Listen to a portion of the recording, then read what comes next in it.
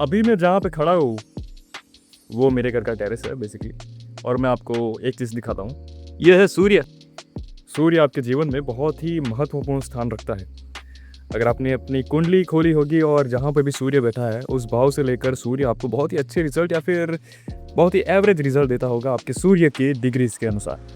आपकी कुंडली आपके जीवन में बहुत ही महत्वपूर्ण स्थान दर्शाती है। आपके जन्म होते ही आपके माँ बाप आपकी कुंडली बनाते हैं और इसका एक महत्वपूर्ण कारण है। ऐसा नहीं कि भविष्य देखना है, ऐसा नहीं है कि हमें अपना फ्यूचर पता लगाना है, सिर्फ इसलिए कि आपका जीवन में कौन सी चीज़ें हैं जो आपको बेसिकली नहीं करनी चाहिए या फिर आपको करनी चाहिए या फिर आपको सुधार सकती है वो सारी चीज़ें, या फिर कौन सी चीज़ें हैं जो आपको पॉइंट आउट करनी है। तो आपकी राशि से जुड़े हुए बहुत ही गहरे राशि इस वीडियो में मैं आपको बताने वाला हूँ। तो मेक श्योर आपको सब्सक्राइब करना है और बेल आइकन को दबाना। तो आपकी कुंडली में बेसिकली लग्न होता है और आपकी कुंडली होती है कि कुंडली में राशि कैसे तय होती है। आपकी कुंडली में जहाँ पर भी चंद्र बैठा है, जिस राशि में चंद्र बैठा है, जिस घर के अंदर, वहाँ पर जो नंबर लिखा होगा वो बेसिकली आपकी राशि होगी। पहले घर में यानी कि लग्न में एक राशि बैठी होगी, वो आपकी लग्न की राशि होगी। तो बेसिकली आप दो राशि के होते हो, या तो जैसे कि मेरी राशि है कर्क पर मेरे लग्न में बैठा है 11 नंबर की राशि यानी कि कुंभ राशि, तो मैं हाफ कुंभ राशि का हूँ, मैं हाफ कर्क राशि का हूँ। तो आपको दो ट्रेस मिलेंगे आपकी कुंडली में। आप प्योर वही राशि के होगे जो आपकी अभी राशि है, यानी कि आपके कर्क लग्न में कर्क राशि है तो आप प्योर कर्क राशि होगी, तो आपके अंदर प्योर कर्क राशि के गुण देखने को मिलेंगे। तो राशियों को एक बहुत ही बड़ा मायाजाल होता है, जहाँ पे इस मायाजाल में का तो आप फंसते हो, का तो इससे आप एक बहुत ही अच्छा आउटकम अपने जीवन के लिए निकाल सकते हो। क्या करना है, आपको अपनी कुंडली बेसिक से देखना शुरू करनी है। भाई कौन से ग्रह कहाँ पर बैठे हैं, कौन सा भाव क्या कहलाता है और कौन से भाव में कौन सा ग्रह बैठा है, कौन से भाव में कौन सी राशि बैठी है। बस इतनी इन्फॉर्मेशन आपके लिए काफी है। तो ये सारी चीजें ध्यान नहीं रखनी है। जहाँ पर लोग कहते हैं ना कि दृष्टि है और कुंडली में कौन से महादशा है, वो सारी चीजों में आपको नहीं पढ़ना है। आपको सिर्फ बेसिक आउटलाइन आपकी कुंडली की देख लेनी है। आपको कैसी कुंडली देखनी चाहिए, पहले तो आपको भाव पता होने चाहिए।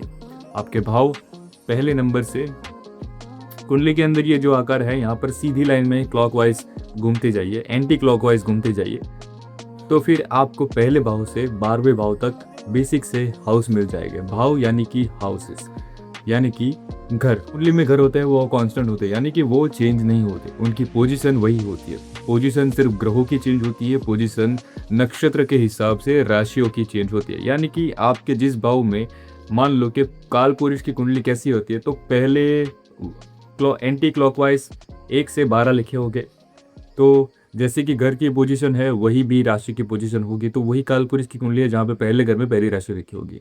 पर मान लो यहाँ पर पहले घर पे 11वीं राशि लिखी है, तो लग्न में यानी कि पहले घर में 11वीं राशि है, यानी कि जो भी व्यक्ति की यह कुंडली होगी उसकी लग्न में कुंभ राशि बैठी है। तो यहाँ पे एंटी क्लॉकवाइज घूमोगे तो छठे भाव के अंदर 4th राशि आएगी यानी कि कर्क राशि आएगी। तो वैसे ही आपको कुंडली देखनी आनी चाहिए कि भाव है और किस भाव में कौन सी राशि बैठी है। तो वैसे ही आपको ग्रह देखना है। 9 ग्रह होते हैं और कुंडली में राहु केतु भी होते हैं। तो बेसिक से आपको देखना आनी चाहिए कि कौन सी भाव के अंदर कौन से ग्रह बैठे हैं, राइट। तो जैसे कि मेरे पहले भाव में सूर्य बैठा है, तो पहला भाव मुझे दर्शाता है। वैसे ही कुंडली के 12 भाव जीवन के अलग अलग तथ्यों को दर्शाते हैं, मानव के, जो आपको जीने में हेल्पफुल करते हैं। जैसे कि छठा भाव है लक को दर्शाता है, बीमारियों को दर्शाता है, डेप्थ को दर्शाता है।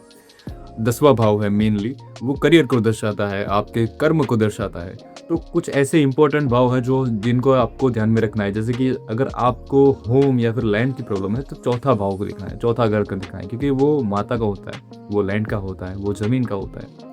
पहला भाव होता है अगर आपकी पर्सनालिटी बहुत ही अच्छी नहीं है तो आपको पर्सनालिटी पर कैसे काम करें, तो पर्सनालिटी के लिए पहला भाव होता है। तो मान लीजिए कि पहला भाव है वो सूर्य में बैठा है, वहाँ पर सूर्य बैठा है और पहला भाव आपको कौन सा रूल करेगा, सूर्य से रूल करेगा। और यहाँ पर पहले भाव के अंदर 11 नंबर की राशि बैठी है, यानी कि सूर्य ग्रह पहले भाव में बैठा है पर उसको रूल करेगा शनि। यानी कि ये जो पूरी कुंडली होगी शनि प्रधान व्यक्ति की कुंडली है, यानी कि वो सूर्य जैसा दिखेगा तो सही पर उसके आचरण शनि जैसे हो गए। यानी कि जीवन में वो जो भी करेगा वो उसको स्टार्टिंग से ही डिले मिलेगी, मैच्योरिटी, अर्ली एज मैच्योरिटी मिलेगी, क्योंकि लग्न शनि प्रधान है।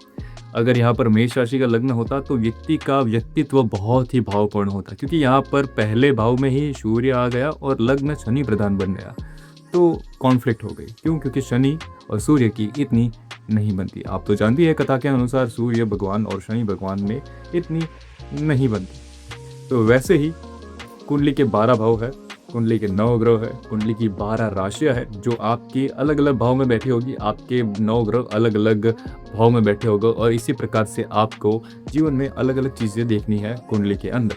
इंपॉर्टेंट चीज़ें क्या है? इंपॉर्टेंट चीज़ें है आपका चौथा भाव, आपका छठा भाव, आपका 10वां भाव और आपका 12वां भाव, क्योंकि वो आपको खर्च या फिर जीवन में ऋण है, वो सारी चीज़ें वहाँ पर लेके जाती हैं। दूसरा भाव है वो फाइनेंस का होता है, पर यहाँ पे फाइनेंस अलग अलग चीज़ों से भी दर्शाते हैं कुंडली में। तो अगर आपको पर्सनालिटी पे काम करना है तो आपको पहला भाव देखना है, आपको कर्म पर काम करना है कि करियर पर काम करना है तो आपको 10वां भाव देखना है, और यहाँ पर कंजक्शन भी देखनी है।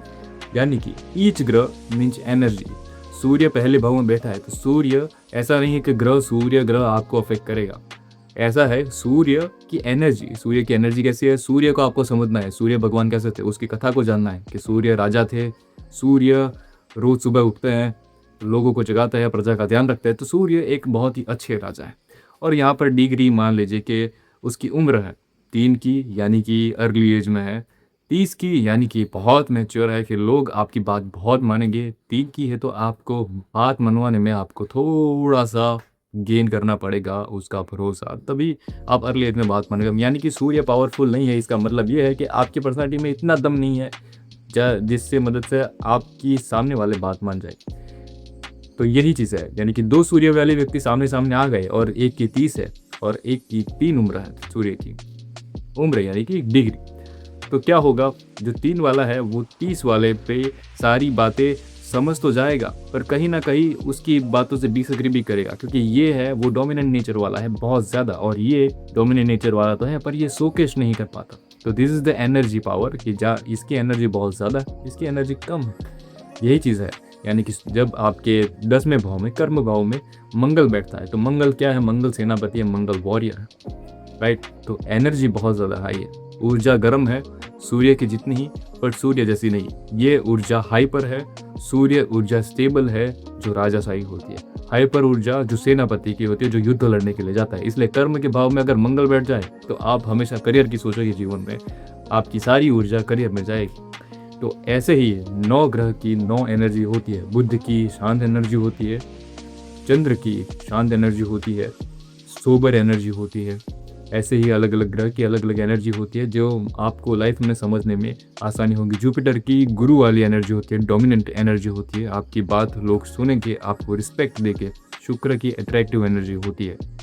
तो ऐसे ही 9 ग्रह की अलग अलग एनर्जी होती है, जहाँ पे राहु केतु एक एक्सेप्शन है, जहाँ पे राहु आपको ऑब्सेशन देता है कि तो आपको डिटैचमेंट दे कि 4th हाउस में राहु बैठ गया तो आपको ज़मीन और इन सारी चीज़ों से ऑब्सेशन हो जाएगा। आपको उस सारी चीज़ों से पहले या तो बहुत ज़्यादा मिली हुई है या तो बहुत कम मिली हुई है, इसी वजह से आपको ऑब्सेशन हो गया कि भाई बहुत ज़्यादा मिली है तो अब क्या, बहुत कम मिली है तो अचीव करना है। अगर आपके केतु 10वें भाव में बह गया, करियर में बैठ गया, तो आपको ऐसा करियर, जब तक डिटैच नहीं हो गया, जब तक ऐसा करियर नहीं मिलोगे जहाँ पर आपको ऐसा नहीं है कि भाई सैलरी के लिए आप काम करे जा रहे हो, बस आपको काम करने में मज़ा आ रहा है, आपको सैलरी की परवाह नहीं है, तभी आप वहाँ पर अटेन कर पाओगे, चीज़ों को ग्रैब कर पाओगे। तो यही सारी चीज़ है राशि को लेकर। तो 9 हमारी 12 राशि है, 12 राशि की अलग अलग एनर्जी होती है, 12 राशि के अलग अलग स्वामी होती है। ये सारी लिस्ट मैंने डिस्क्रिप्शन में दे दी है। आपको बेसिक से याद रखना है कि एनर्जी समझनी है।